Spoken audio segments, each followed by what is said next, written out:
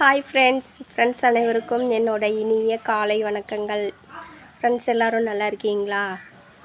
இன்றைக்கான வீடியோ வந்துட்டு பொம்பளை பிள்ளைங்களுக்கு வந்துட்டு கொடுக்கக்கூடிய நான்வெஜ் இறைச்சியில் வந்து எது கொடுக்கணும் எது கொடுக்கக்கூடாதுங்கிற பற்றின வீடியோ தான் இன்றைக்கான வீடியோ. அது பெண் குழந்தைங்களுக்கு மெயினாக. சரிங்களா, நம்ம வீடியோக்குள்ளே வந்துடலாம். அதாவது பெண் பிள்ளைங்க வந்துட்டு இப்போ வந்து இறைச்சின்னு பார்த்தோம்னாவே அதிகமாக மக்கள் வந்து எடுத்துக்கிறது வந்துட்டு ப்ராய்லர் கோழி தான் கம்மி விலைக்கு விற்கிதுன்னு சொல்லிட்டு வந்து அதிகமாக வாங்கி சாப்பிட்றாங்க. அது வந்து ரொம்ப தப்புங்க.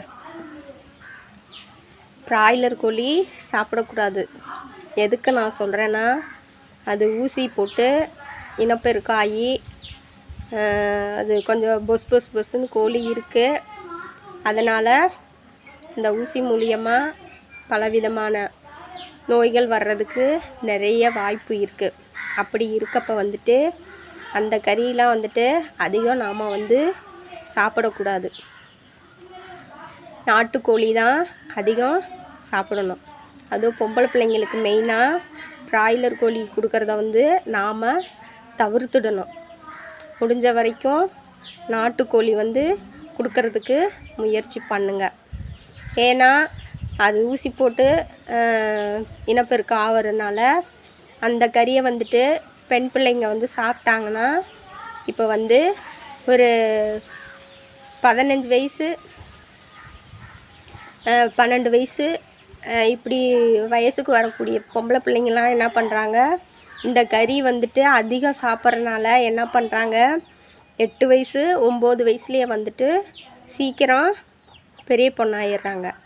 அது எதனால்? இந்த மாதிரி ப்ராய்லர் கோழி சாப்பிட்றதுனால தான் அவங்க வந்துட்டு பெரிய பொண்ணு ஆகுறாங்க. அதனால் முடிஞ்ச வரைக்கும் பொம்பளை பிள்ளைங்களுக்கு வந்து ப்ராய்லர் கொடுக்கறத வந்து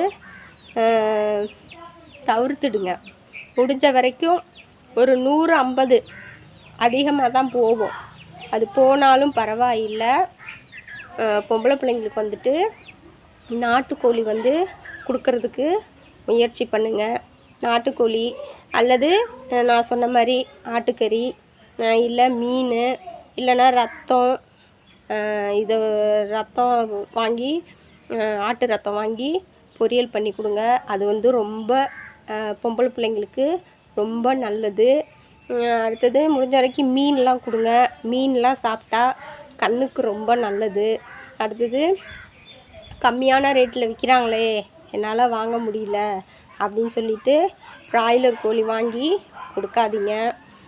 அப்புறம் என்ன, எதுக்கு வந்து நான் இதை வந்து உங்கள்கிட்ட சொல்கிறேன்னா, இந்த ப்ராய்லர் கோழி சாப்பிட்றனால பொண்ணுங்க வந்து சீக்கிரம் வயசுக்கு வந்துடுறாங்க. வயசுக்கு வந்துட்டு நான் சொன்ன மாதிரி அந்த வயசுக்குள்ளே சீக்கிரம் வயசுக்கு வந்துடுவாங்க. அப்போ வந்துட்டு வயசுக்கு வந்து அவங்க பொண்ணை படிக்க வைக்கணும். அடுத்தது அதுக்கு ஒரு நல்ல வேலை வாங்கி கொடுக்கணும்.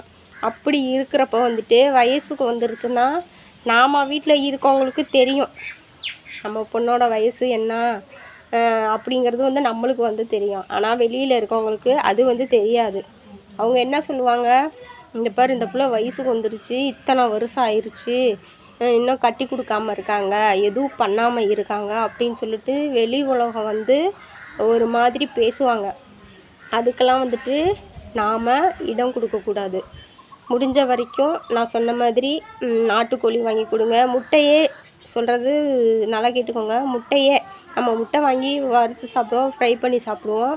அதுலேயே முடிஞ்ச வரைக்கும் என்ன நாட்டுக்கோழி இப்போ இந்த முட்டை வந்துட்டு ப்ராய்லர் முட்டை வந்து 6 ரூபா தான் விற்குவாங்க. ஒன்று 5-6 ரூபா, இல்லைனா 6 ரூபாக்குள்ளே தான் விற்பாங்க. நாட்டுக்கோழி முட்டைன்னா அதை விட ஒரு 3 ரூபா அதிகமாக தான் இருக்கும். அது காசு போனாலும் பரவாயில்ல. அந்த மாதிரி நாட்டுக்கோழி முட்டையை வாங்கிட்டு பொம்பளை பிள்ளைங்களுக்கு வந்து வறுத்து கொடுங்க, வேக வச்சு கொடுங்க. அது ரொம்ப நல்லது. சரிங்களா?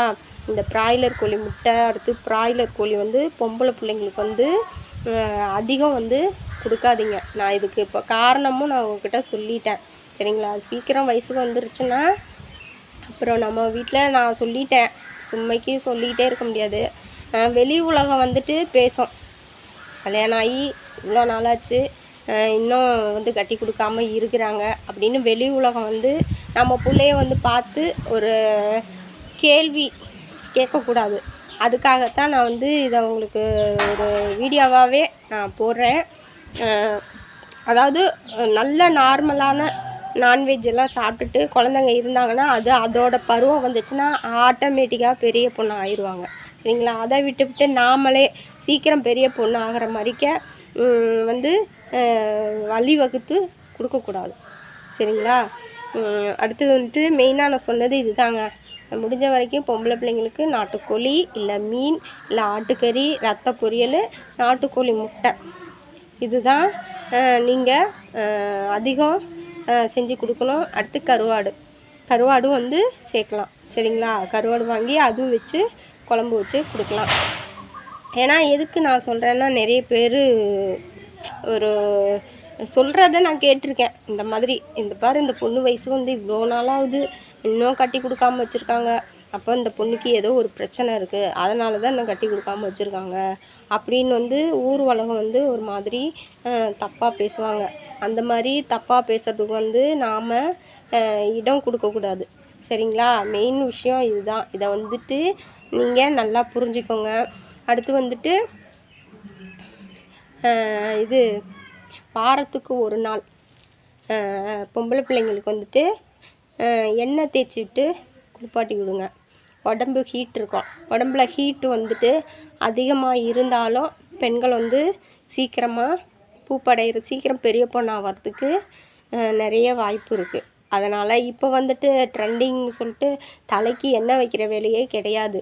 தலைக்கு நிறைய பிள்ளைங்க பாருங்கள், தலையில் எண்ணெய் பசையே இருக்காது. கேட்டால் ஃபேஷன் சொல்லிவிட்டு அப்படியே முடி அப்படியே தாறுமாறாக பறக்கும். அந்த மாதிரி வந்துட்டு பொம்பளை பிள்ளைங்களை வந்துட்டு இருக்க வைக்கக்கூடாது. வாரத்துக்கு ஒரு நாள் எண்ணெய் தேய்ச்சி குளிப்பாட்டி விடணும். குளிப்பாட்டி விட்டால் தான் அந்த பொம்பளை பிள்ளைக்கு உடம்புல இருக்க ஹீட்டெல்லாம் அமுங்கும். எதுக்கு நான் சொல்கிறேன்னா, அடுத்து வந்துட்டு அந்த முகத்துலலாம் பாருங்கள் பிம்பிள்ஸ்லாம் அதிகம் வரும்.